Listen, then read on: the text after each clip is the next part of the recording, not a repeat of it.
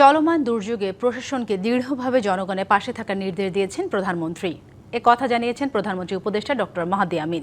মিরপুর সরকারি বাংলা কলেজে প্রাক্তন শিক্ষার্থীদের প্রথম পুনর্মিলনী অনুষ্ঠানে তিনি আরও বলেন, চলমান বন্যায় ক্ষতিগ্রস্ত মানুষের পাশে থাকতে প্রয়োজনীয় নির্দেশনা দেওয়া হয়েছে।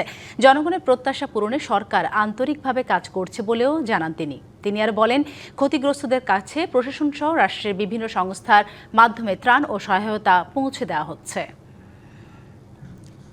এখানে বৃষ্টিপাত হচ্ছে এবং এর ধারাবাহিকতা সারা বাংলাদেশ জুড়ে কিন্তু কোথাও কোথাও পাহাড় ধস হয়েছে, অনেকগুলো মানুষ মারা গিয়েছেন। মাননীয় প্রধানমন্ত্রী এটিকে নিয়ে অত্যন্ত দৃঢ়ভাবে প্রশাসনকে, আইন শৃঙ্খলা বাহিনীকে এবং সর্বস্তরের সকল যারা প্রশাসনের রাষ্ট্রযন্ত্রের সাথে জড়িত হয়েছেন নির্দেশনা দিয়েছেন যেন জনগণের সাথে থাকেন, জনগণের পাশে থাকেন।